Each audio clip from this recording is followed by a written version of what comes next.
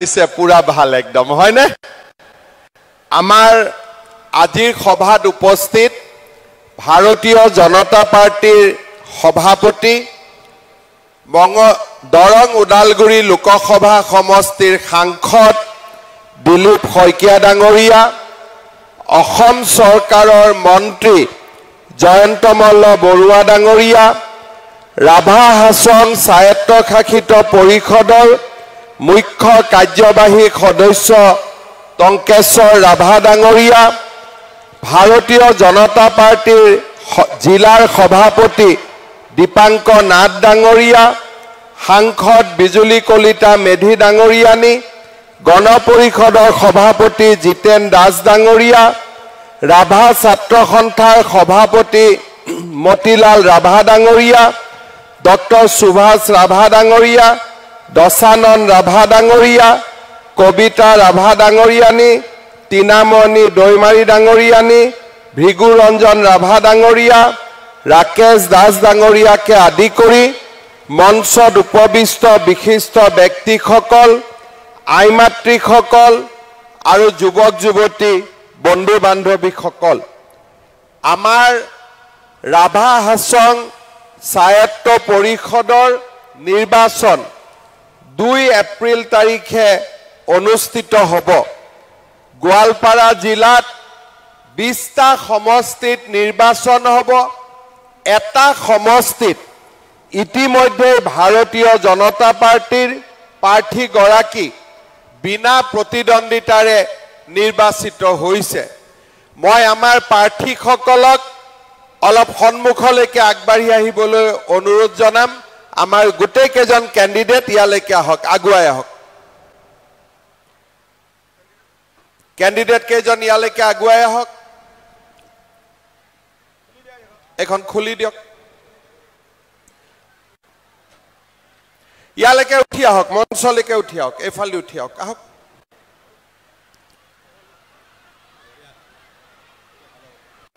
আহক জিকিব না এইবিলাক গোটেই কেজন জিকিব ঠিক আছে কোনে বেছি হাত চাপৰি পাই মই চাও এতিয়া হ'ব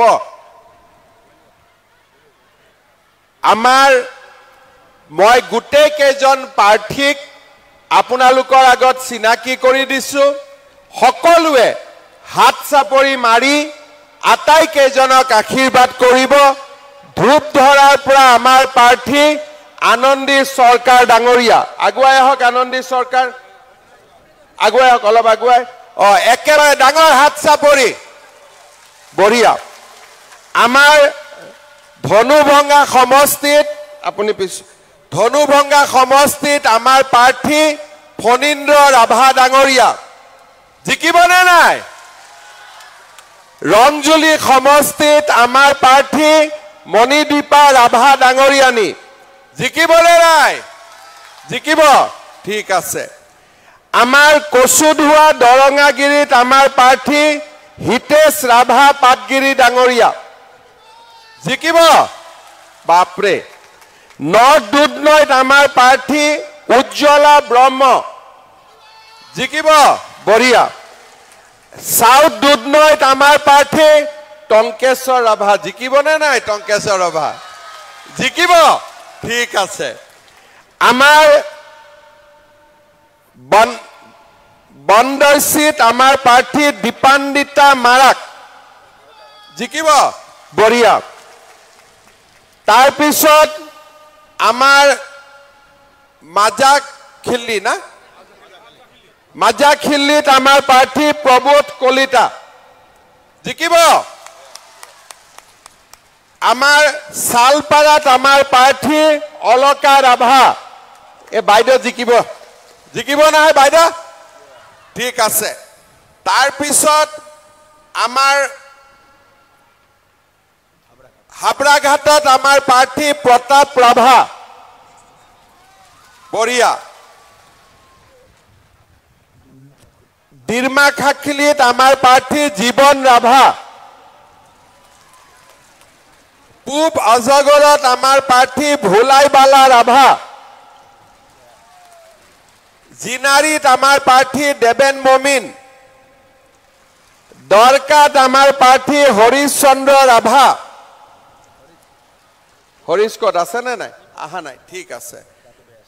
বৰদামল কল্যাণপুৰ লিগেন ৰাভা দাৰিদুৰিত আমাৰ প্ৰাৰ্থী জোনালী ৰাভা দোদানাত আমাৰ প্ৰাৰ্থী দিবাকৰ ৰাভা কাঠাকুঠিত আমাৰ প্ৰাৰ্থী ভৈৰৱ কছাৰী আগিয়াত আমাৰ প্ৰাৰ্থী সুচিত্ৰা নাথ আৰু বিনা প্ৰতিদ্বন্দ্বিতাৰে জয়ৰাম কুছিত নিৰ্বাচিত হৈছে প্ৰেমাজুলি ৰাভা মাজত জিকি যোৱা মানুহ মাজত আহিব লাগে মায়া দে জিকি গৈছে তো ভাল কৰি হাত চাপৰি মাৰ হ'ব তাতে এতিয়া গৈ আপোনালোক বহক মই আপোনালোকক ধন্যবাদ জনাইছো যে আপোনালোকে ইতিমধ্যেই প্ৰেমাজুলি ৰাভাক বিনা প্ৰতিদ্বন্দ্বিতাৰে জিকালে আৰু বাকি সকলোকো ভোট দি জিকাবনে নাই এতিয়া আপোনালোকে মনত ৰাখিব আমাৰ কিছুমানত আপোনালোকে টিভিত ভোট দিব লাগিব আৰু কিছুমানত আপোনালোকে পদুম ফুলত ভোট দিব লাগিব হয় না নহয় পদুম আৰু টিভি একে হয় না নহয় টিভি মানে পদুম আৰু পদুম মানে ডাঙৰ কৰি ক'ব লাগিব পদুম মানে টিভি মানে পদুম মানে বঢ়িয়া টিভি মানে পদুম পদুম মানে টিভি ঠিক আছে আমি সকলোৱে বুজি পাইছো যত যত পদুম তাতে আমি পদুমক ভোট দিম যত যত টিভি তাতে আমি টিভিত ভোট দিম হ'ব মই মাজে মাজে টিভিত ওলাই থাকো টিভিত দেখনে নাই মোক বাইদেউসকল ভাইটিসকলে দেখনে নাই মোক ঠিক আছে টিভিত টংকেশ্বৰ ৰাভা ওলাই থাকে দিলীপ শইকীয়া ওলাই থাকে গতিকে টিভিটো দেখিলে ভোট দিলেই হ'ব আৰু হ'বনে আৰু পদুম দেখিলে ভোট দিলে হ'বনে এতিয়া মই আপোনালোকক দুটামান কথা ক'ব খুজিছো প্ৰথমতে মই টংকেশ্বৰ ৰাভা ডাঙৰীয়াক ধন্যবাদ জনাম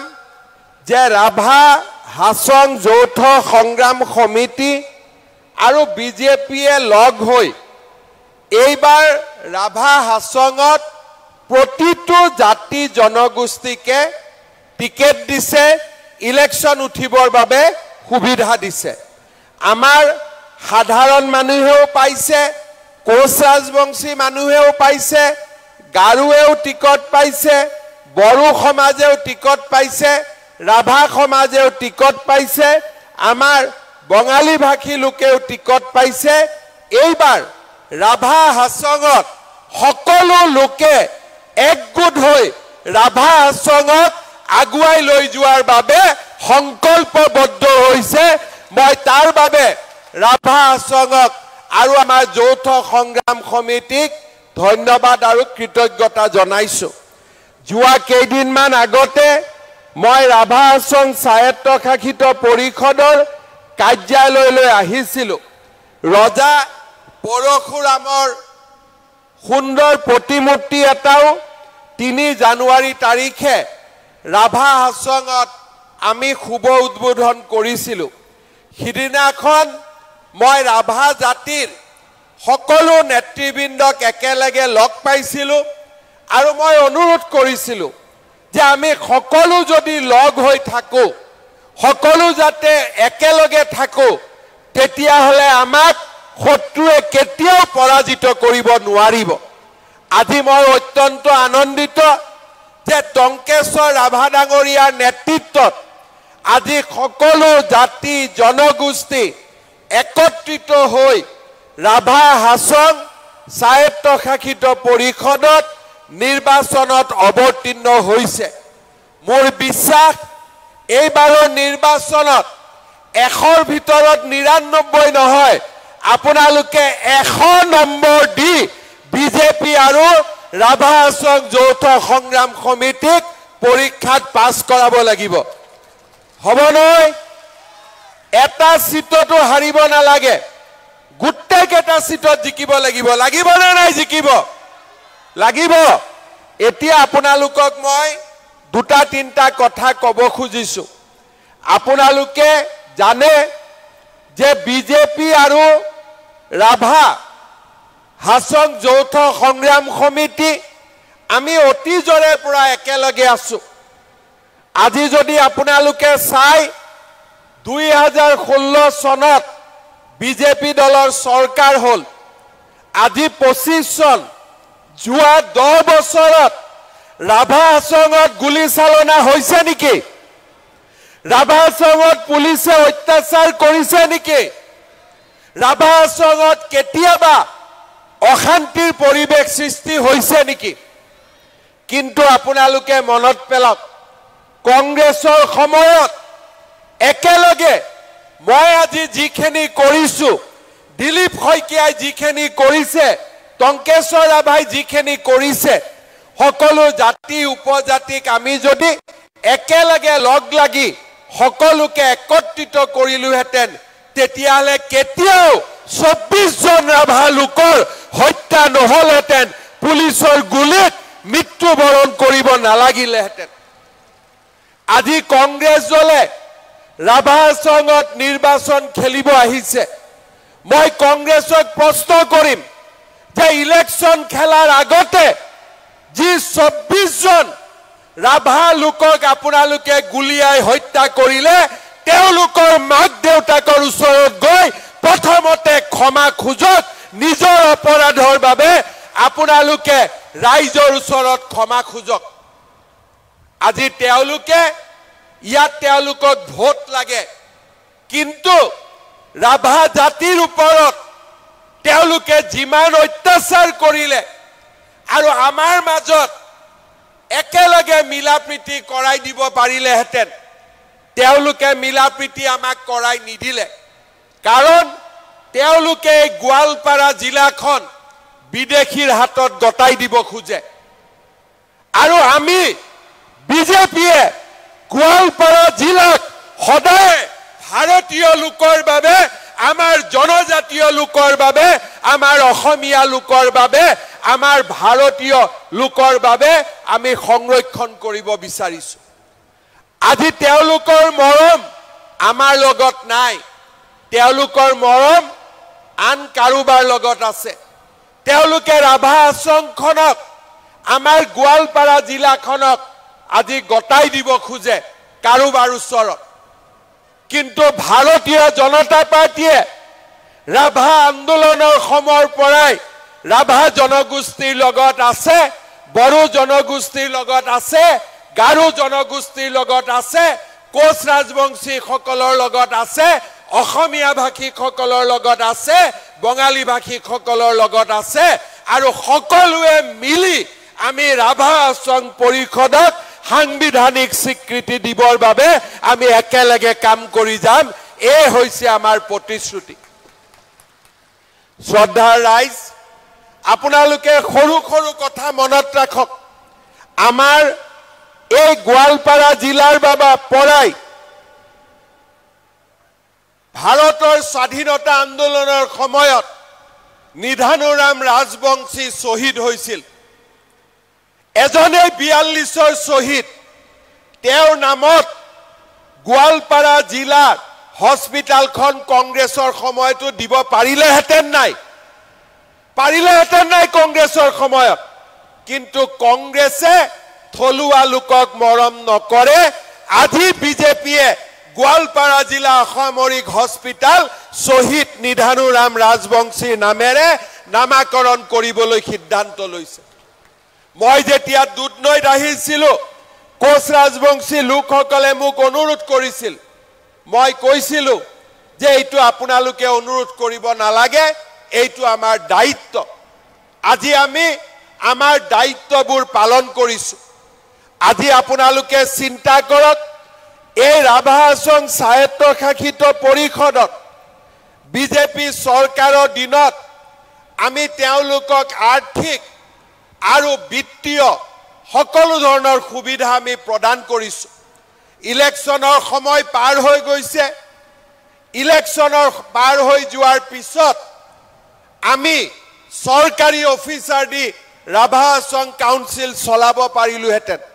আমি কব পাৰিলোহেঁতেন যে পঞ্চায়তৰ পিছত ৰাভা আসন ইলেকশন পাতিম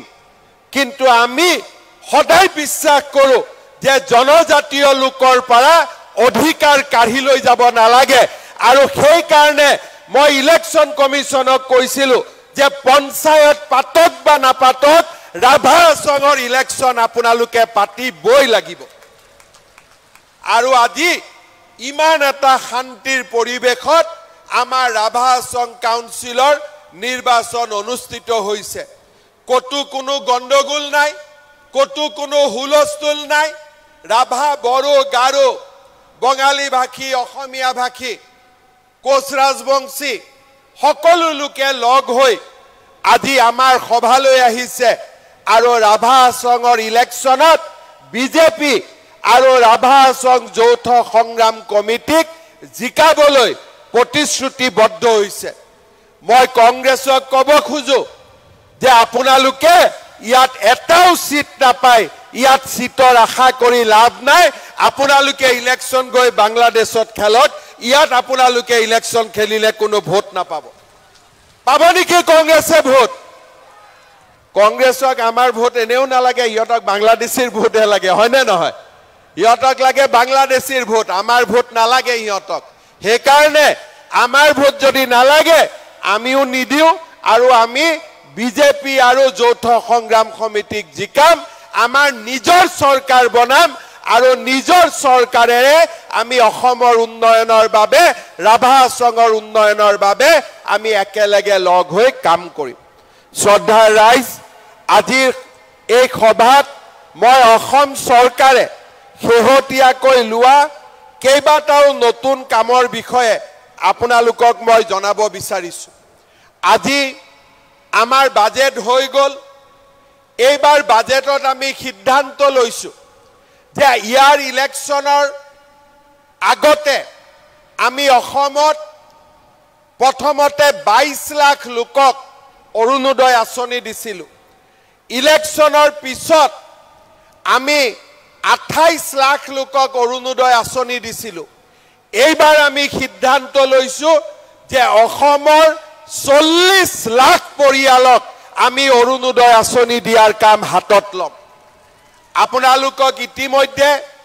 ফৰ্ম বিতৰণ কৰা হৈছে ৰাভা আসনত ইলেকশনৰ কাৰণে আমি অলপ পিছ পৰি আছো ইলেকশন পাৰ হৈ যোৱাৰ পিছতেই আমাৰ দুধনৈ পশ্চিম গোৱালপাৰা পূব গোৱালপাৰা সমষ্টিত আমি 40,000 পৰিয়ালক সৰ্বমুঠ 1,20,000 পৰিয়ালক আমি অৰুণোদয় আঁচনি দিয়াৰ কাম আমি হাতত লম আজি চিন্তা কৰক 1,20,000 পৰিয়ালে মাহৰ 10 তাৰিখে অৰুণোদয় আঁচনি লাভ কৰিব কংগ্ৰেছ দলে মোক সদায় সমালোচনা কৰে যে আপুনি অৰুণোদয় আঁচনি দি আপুনি ভুল কৰিছে মই বিধানসভাত কংগ্ৰেছ দলক সদায় এটা কথা কওঁ যে দুখীয়া আৰু দৰিদ্ৰ লোকক সহায় কৰাটোৱে হৈছে চৰকাৰৰ প্ৰধান কাম আজি দুখীয়া মানুহসকলে বাট চাই ৰয় যে কেতিয়া অৰুণোদয় টকা সোমাব কেতিয়া অৰুণোদয় টকা সোমাব কিন্তু কংগ্ৰেছ দলে দুখীয়া মানুহক ভাল নাপায় আৰু তাৰ কাৰণে তেওঁলোকে দিনে ৰাতিয়ে অৰুণোদয় আঁচনিক সমালোচনা কৰে মই কংগ্ৰেছক এটাই কথা কৈছো আপোনালোকে যেইবাৰ অৰুণোদয় আঁচনিক সমালোচনা কৰিব সিমানেই মই বেছিকৈ অৰুণোদয় আঁচনি ৰাইজৰ মাজত দি থাকিম আপোনালোকে মোক সমালোচনা কৰক মই অৰুণোদয় বেছিকৈ দি গৈ থাকিম দিব লাগে নে নাই নোপোৱা মানুহবিলাকে পাব লাগে নে নাই এখানে কংগ্ৰেছৰ মানুহখিনিক অলপ বুজাই দিব আপোনালোকে যে আমাক লাগে আৰু আমাক লাগা কামটোৱে মুখ্যমন্ত্ৰীয়ে কৰি আছে আমি মুখ্যমন্ত্ৰী ডাঙৰীয়াক সমৰ্থন কৰিছো শ্ৰদ্ধাৰ ৰাইজ যিবিলাক পৰিয়ালৰ হাতত ৰেচন কাৰ্ড নাছিলে যোৱা এবছৰত আমি নতুনকৈ বহুত পৰিয়ালক ৰেচন কাৰ্ড দিলো এই পঞ্চায়ত ইলেকশনৰ পিছত আমি আৰু 6 লাখ পৰিয়ালক আমি ৰেচন কাৰ্ড দিম আগতে ৰেচন কাৰ্ডত আপোনালোকে বিনামূল্যত চাউল পাইছিলে এতিয়া আমি সিদ্ধান্ত লৈছো যে ৰেচন কাৰ্ডত বজাৰতকৈ 25 টকা কম দামত আমি আপোনালোকক 1 কেজি দালিও আপোনালোকক ৰেচন কাৰ্ডৰ জৰিয়তে আমি দিম সেই সিদ্ধান্তও আমি লৈছো দালিৰ লগতে আমি ৰেচন কাৰ্ডত আপোনালোকক 1 কেজি কৈ চেনিও বজাৰতকৈ 25 টকা কম দামত আমি দিয়া আৰম্ভ কৰিম আৰু বজাৰতকৈ 10 টকা কম দামত আমি নিমখো আপোনালোকক ৰেচন কাৰ্ডৰ জৰিয়তে দিয়াৰ কাম আৰম্ভ কৰিম আগতে পাইছিলে মাত্ৰ চাউল কিন্তু বিনামূলীয়া চাউল আমাক মুদি ডাঙৰীয়াই দি আছে মুদি ডাঙৰীয়াই দি থাকিব কিন্তু চাউলৰ লগতে দুখীয়া মানুহৰ যাতে আৰু সহায় হয় তাৰ কাৰণে বজাৰতকৈ 25 টকা দামত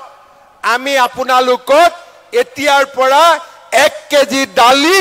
1 কেজি চেনি আৰু বজাৰতকৈ 10 টকা দামত আমি আপোনালোকক 1 কেজি নিমখো দিয়াৰ ব্যৱস্থা কৰিম শ্ৰদ্ধা ৰাইজ 1250 টকা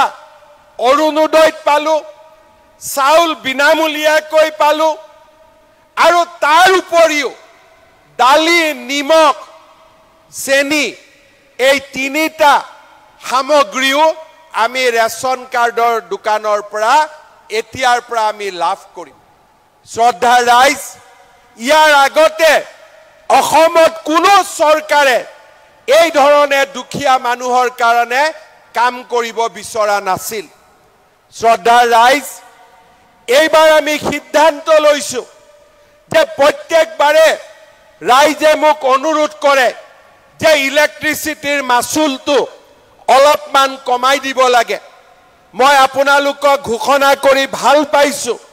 যে 1 এপ্ৰিলৰ পৰা আমি ইলেক্ট্ৰিচিটিৰ বিলু প্ৰতি ইউনিটত 1 টকাকৈ আমি দাম কমাই দিবৰ বাবে আমি সিদ্ধান্ত লৈছো এই 1 এপ্ৰিলৰ পৰা ইলেক্ট্ৰিচিটিত যদি আগতে আপোনালোকে 6 টকা প্ৰতি ইউনিটত দিছিলে 1 এপ্ৰিলৰ পৰা আমি 1 টকা দাম কমাই দিম আৰু বছৰৰ শেষৰ ফালে যদি আমাৰ অৱস্থা ভাল হৈ থাকে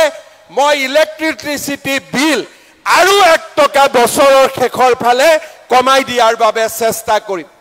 1 টকা 1 এপ্ৰিলৰ পৰা কমিব আৰু বছৰৰ শেষৰ ফালে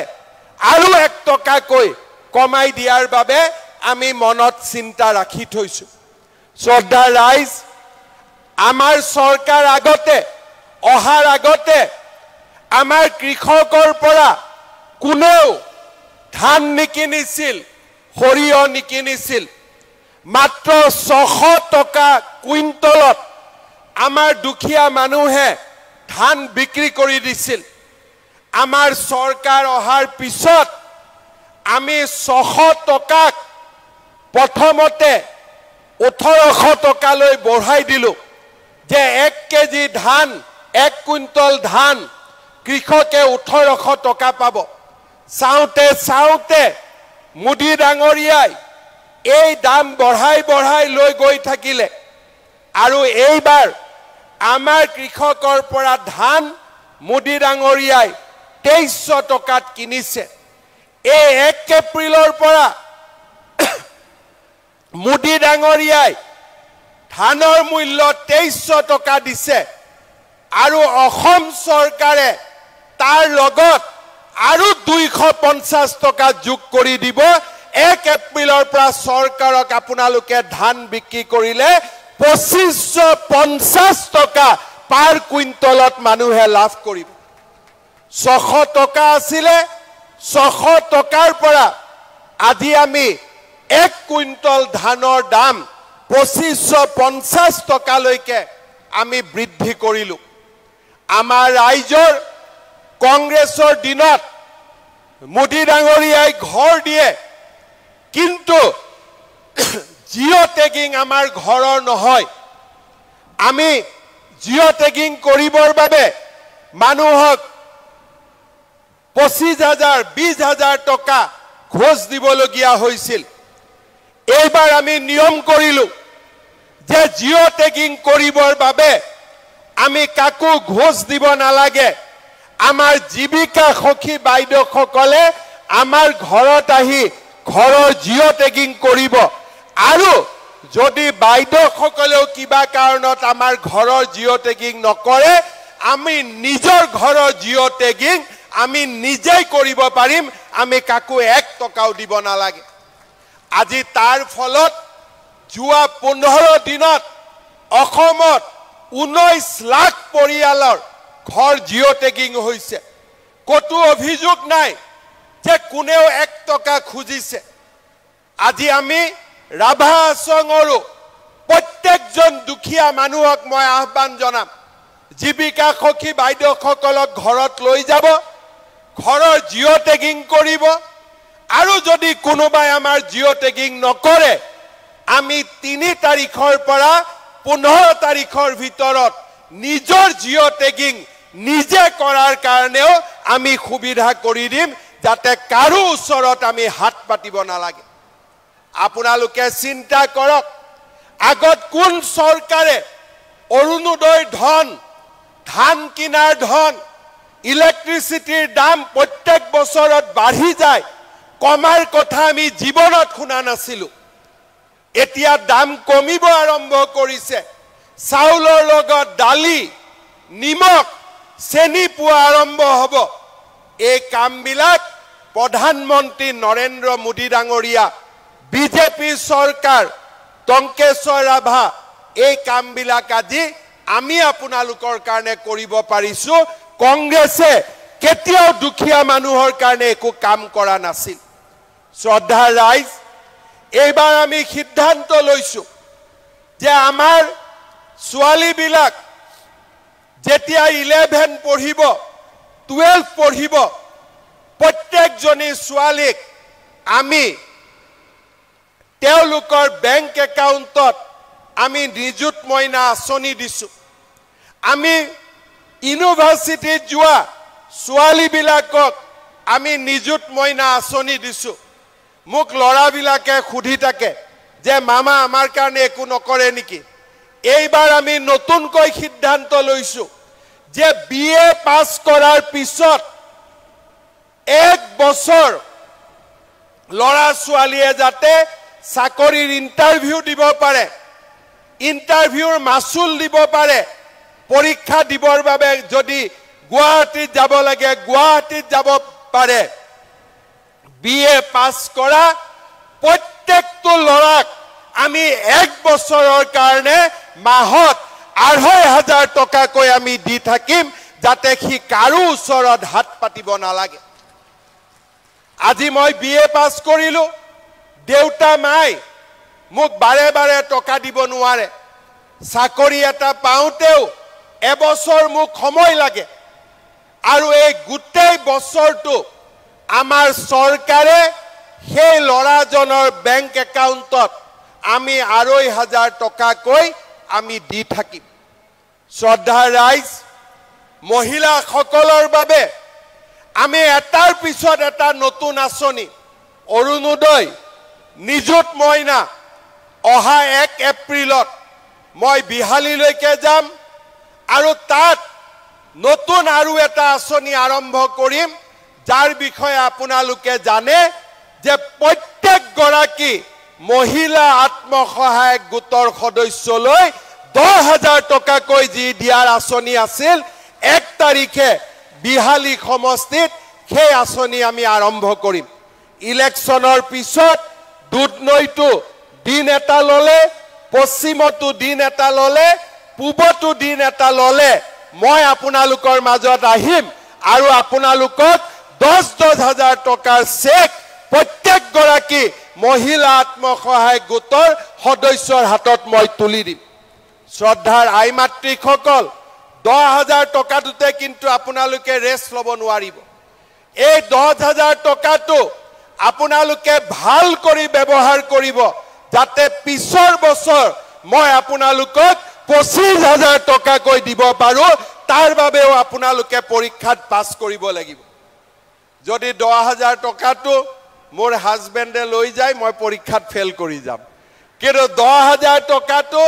মই যদি ভাল কৰি ব্যৱহাৰ কৰো আমাৰ খালখনত ব্যৱহাৰ কৰো গাহৰি পালন কৰো মুৰ্গী পালন কৰো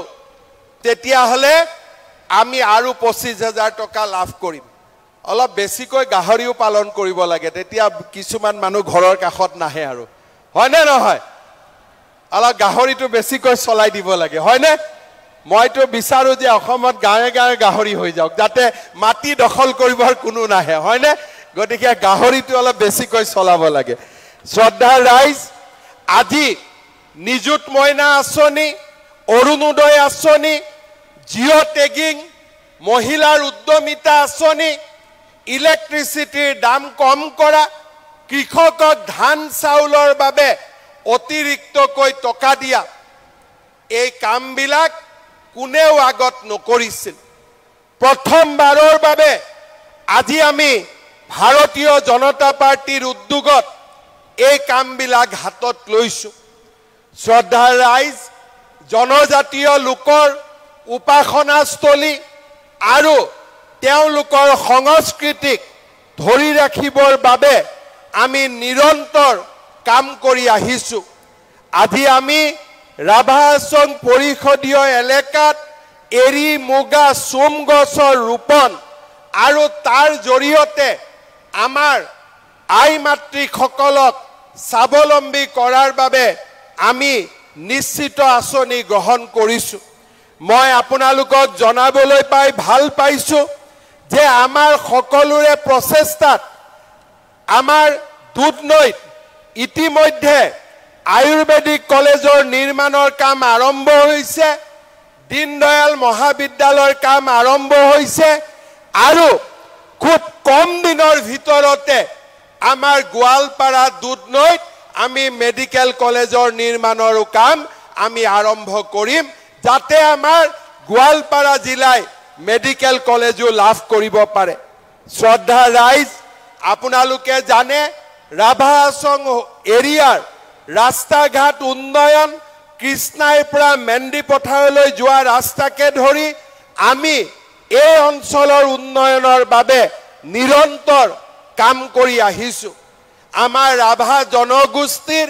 আৰু আমাৰ অসমৰ কিংবদন্তি ৰজা আজি দদানৰ নামেৰে আমি সমগ্ৰ ৰাজ্যতে খেল মহাৰণৰ দৰে কাৰ্যসূচীও আৰম্ভ কৰিছো ইয়াৰ আগতে ৰজা দদানক কোনেও স্বীকৃতি দিয়া নাছিল প্ৰথমবাৰৰ বাবে বিজেপি আৰু ৰাভাহাছং যৌথ সংগ্ৰাম কমিটিয়ে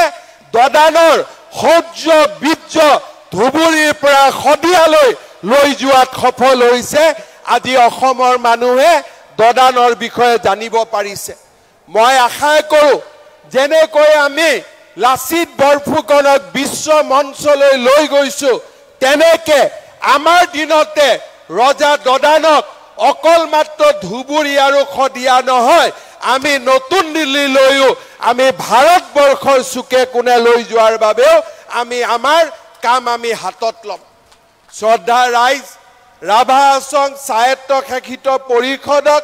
সাংবিধানিক স্বীকৃতি দিয়াৰ বাবে ইতিমধ্যেই ৰাজ্য চৰকাৰে অনুমোদন জনাইছে কেন্দ্ৰীয় চৰকাৰৰ লগত আলোচনা আৰম্ভ হৈছে আৰু মই জানুৱাৰী মাহত প্ৰতিশ্ৰুতি দি যোৱাৰ দৰে খুব সোনকালে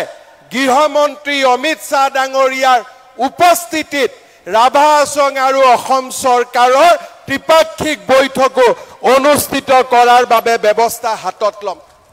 শ্ৰদ্ধাৰ ৰাইজ অলপ আগতে মই টংকেশ্বৰ ৰাভা ডাঙৰীয়াৰ লগত কথা পাতিছো আমাৰ ৰাভা সমাজৰ যিসকল লোকে চৰকাৰী মাটিত আছে বড়ো সমাজৰ যিসকল লোক চৰকাৰী মাটিত আছে আমাৰ থলুৱা লোকসকল যিসকল চৰকাৰী মাটিত আছে তেওঁলোকক মাটিৰ পট্টা দিবৰ বাবে আমি বসুন্ধৰা আঁচনিৰ কাম আৰম্ভ কৰিছো মই আমাৰ ৰাভাহাছং স্বায়ত্তশাসিত পৰিষদৰ নিৰ্বাচিত হবলগীয়া সদস্যসকলক অনুৰোধ কৰিম আপোনালোকে ইলেকশ্যনত জিকাৰ পিছত অন্তত আমাৰ জনজাতীয় লোকসকলে যাতে ট্ৰাইবেল ফৰেষ্ট ল্যান্ড ৰাইটস পায় আৰু বসুন্ধৰা আঁচনিৰ জৰিয়তে প্ৰতিগৰাকী থলুৱা লোকে যাতে মাটিৰ অধিকাৰ পায় তাৰ কাৰণে আপোনালোকে কাম কৰিব মই এদিন নিজে গোৱালপাৰাত আহি ডিচিৰ লগত একেলগে মিটিং কৰিম যাতে আমাৰ গোৱালপাৰা জিলাৰ প্ৰতিটো থলুৱা পৰিয়ালে প্ৰতিটো জনজাতীয় পৰিয়ালে মাটিৰ অধিকাৰ লাভ কৰিব পাৰে তাৰ বাবে আমি একেলগে কাম কৰিম শ্ৰদ্ধাৰ ৰাইজ এই নিৰ্বাচন এটা গুৰুত্বপূৰ্ণ নিৰ্বাচন ইয়াৰ ঠিক পিছতেই আমাৰ অসম বিধানসভাৰ নিৰ্বাচনো অনুষ্ঠিত হ'ব ৰাভা হাছঙত এই নিৰ্বাচনে অসমৰ ৰাইজকো মেছেজ দিব যে আমাৰ ভৱিষ্যত বিজেপি আমাৰ ভৱিষ্যত ৰাভা হাছং যৌথ সংগ্ৰাম সমিতি আৰু সেইবাবে মই আপোনালোকক অনুৰোধ কৰিম কোনেও যাতে ভুলতেও কংগ্ৰেছ দলক ভোট নিদিয়ে সকলোৱে টিভিত ভোট দিব নহলে পদুম ফুলত ভোট দিব আৰু নৰেন্দ্ৰ মোদী ডাঙৰীয়াক সমৰ্থন কৰিব হবনে নাই কোনে কোনে ভোট দিব টিভিত হাত দাঙকচোন পদুম ফুলত কোনে কোনে ভোট দিব হাত দাঙক পদুম মানে টিভি মানে পদুম হয় না নহয় সবে দিবতো আজিৰ পৰা কি হল ভন্টিজনী কি হলো বাবা যা ফটক কৰি এম্বুলেন্স এখনত লৈ যা পুলিশ এসপি কোন আছে আমাৰ পুলিশৰ কোন আছে অলপ হস্পিটালত লৈ যাওক গাড়ী এখনত ফটক কৰি আই কিশোৰ আমাৰ গাড়ী এখনত লৈ যাওক আমাৰ মোৰ গাড়ী হক জি হক ফটক কৰি এই মোৰ গাড়ীখন লৈ জানা এসপি সাহেব মোৰ গাড়ীখনত পঠাই দিও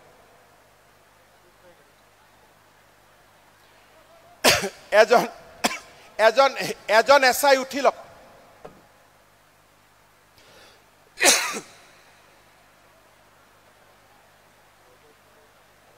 হব চিন্তা নাই গৰমত অলপমান সৰু ছোৱালী নহয়